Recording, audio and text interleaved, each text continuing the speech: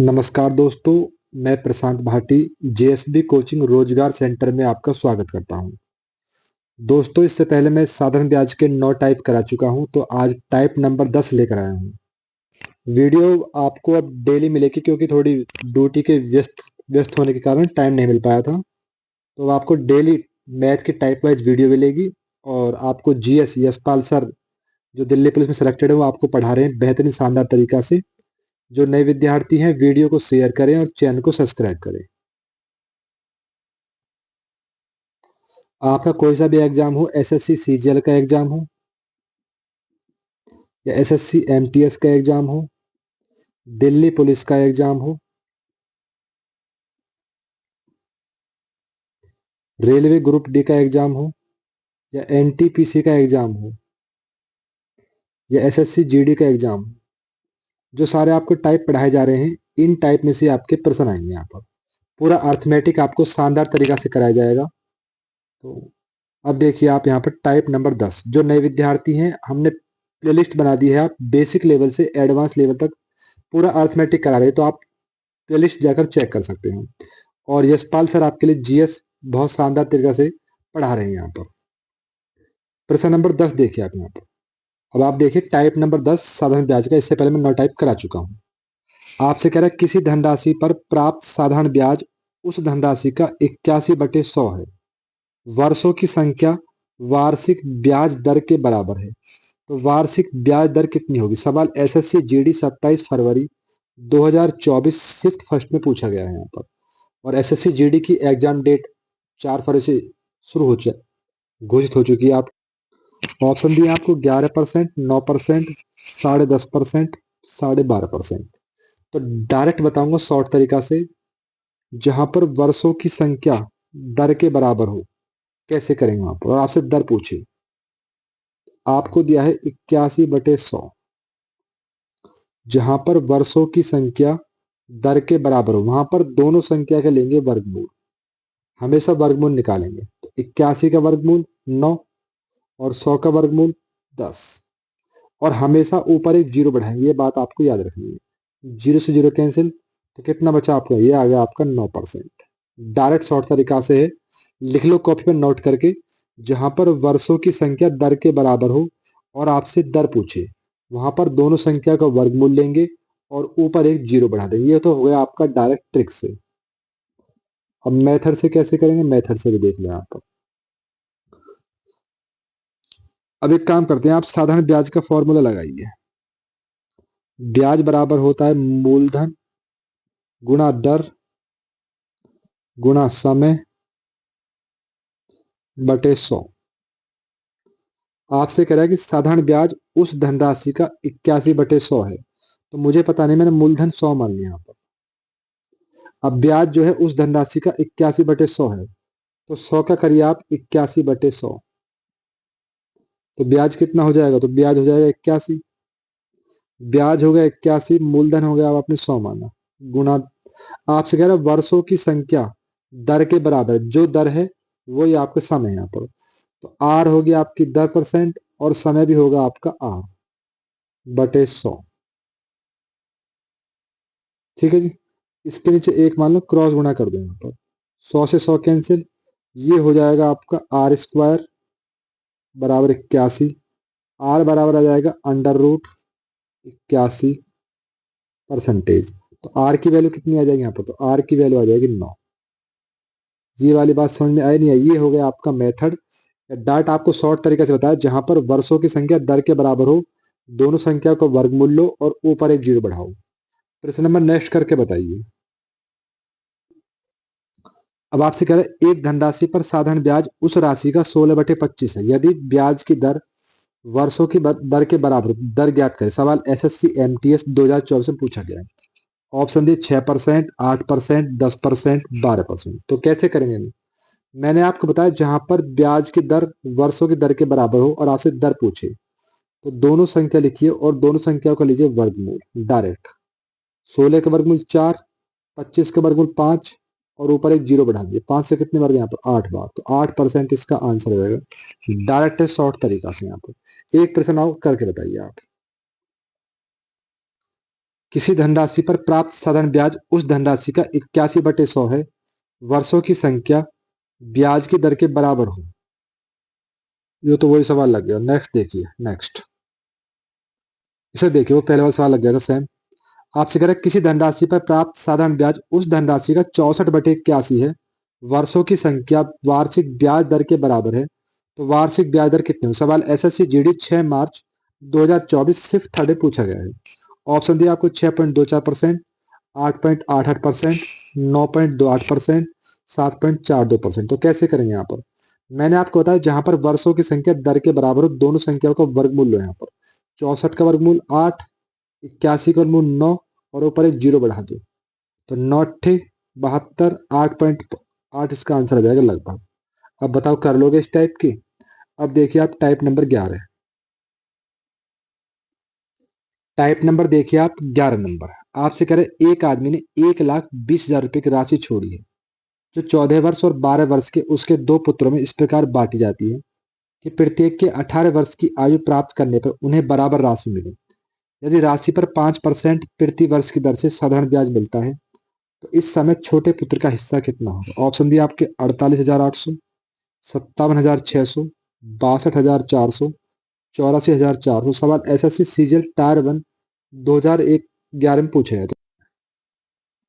तो आपसे कह रहा है कि 14 वर्ष और 12 वर्ष के दो पुत्र हैं जी यहाँ पर, और 18 वर्ष की आयु प्राप्त करने पर बराबर राशि मिले। एक तो दिया है आपको बड़ा पुत्र और एक दिया हुआ है आपको छोटा पुत्र।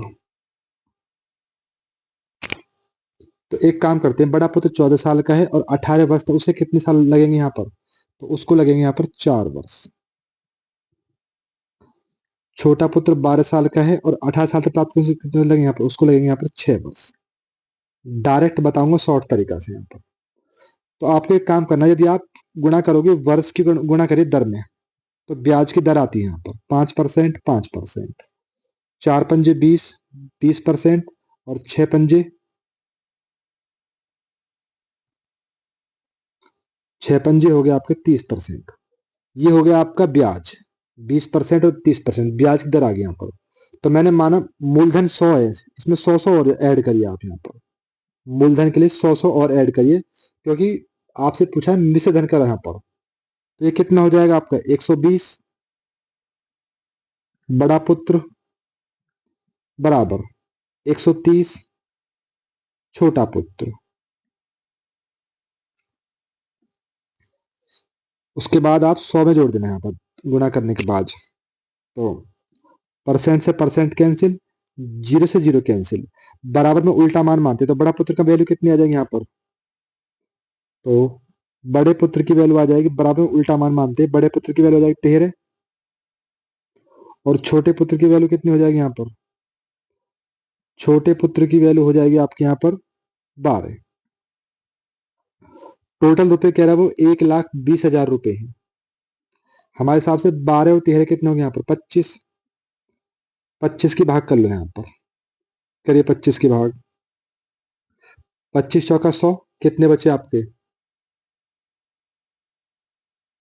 20, 25 अट्ठे 200, और आपकी 2 जीरो बची, तो 4800 आ गया। अब आपसे पूछा है छोटे पुत्र, छोटे पुत्र का हिस्सा कितना है 12, तो 12 गुना 4800 कर दो आप यहाँ पर। जीरो जीरो, 12 अट्ठे 96, हाथ से लगे 9, 12 चौक 48 और 9 57, तो 57,600 आ जाएगा आपको छोटे पुत्र का हिस्सा। विकल्प नंबर 20 का आंसर होगा। दोबारा देख लो आप यहाँ पर। आपसे कह रहा है कि बड़ा पुत्र और छोटा पुत्र 14 वर्ष है और 18 वर्ष की आयु प्राप्त करने पर बड़े वर्ष पुत्र को लगेंगे यहाँ पर 6 साल, सॉरी, बड़े पुत्र को लगेंगे आपके 4 साल और छोटे पुत्र को लगेंगे आपके 6 साल।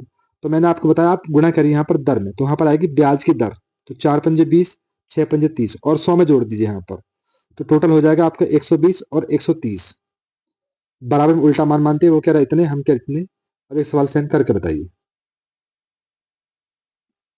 नेक्स्ट प्रश्न देखिए, आपसे कह रहा है कोई व्यक्ति, इसको कर लेना 3,00,000 75,000 रुपये कर लेना है। 3,75,000 रुपये की राशि अपने पुत्र और पुत्री में बांटता है जो 12वीं और 14 साल के हैं। प्रत्येक को 18 वर्ष का होने पर 5% वार्षिक ब्याज की दर से ब्याज मिले।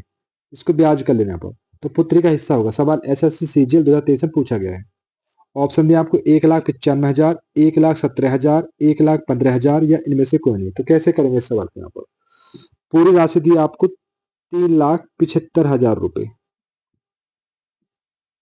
कुल राशि दी है। यहाँ पर पुत्र दिया है आपको 12 वर्ष का है और पुत्री दी है आपको 14 वर्ष की। यहाँ पर अब आपसे कह रहा है कि 18 वर्ष की पूर्ण होने पर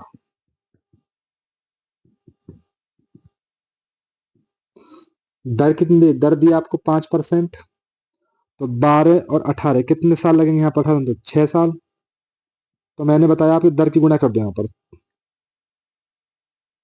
6 पंजे 30 और इसको 100 में जोड़ दिया। यहाँ पर टोटल कितना हो जाएगा? 130। पुत्र बराबर हो जाएगा यहाँ पर, पुत्र बराबर 14 साल है। 18 साल तक कितने लगे यहाँ पर? 4 वर्ष।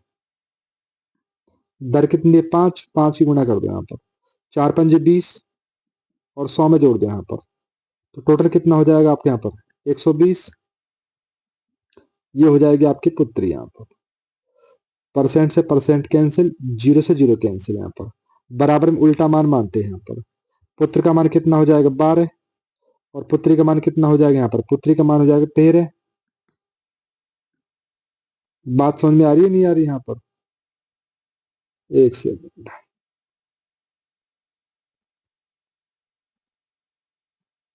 अब आपसे क्या टोटल रुपए दिए आपको? 3,75,000। हमारे हिसाब से 12 और 13 कितने? 25।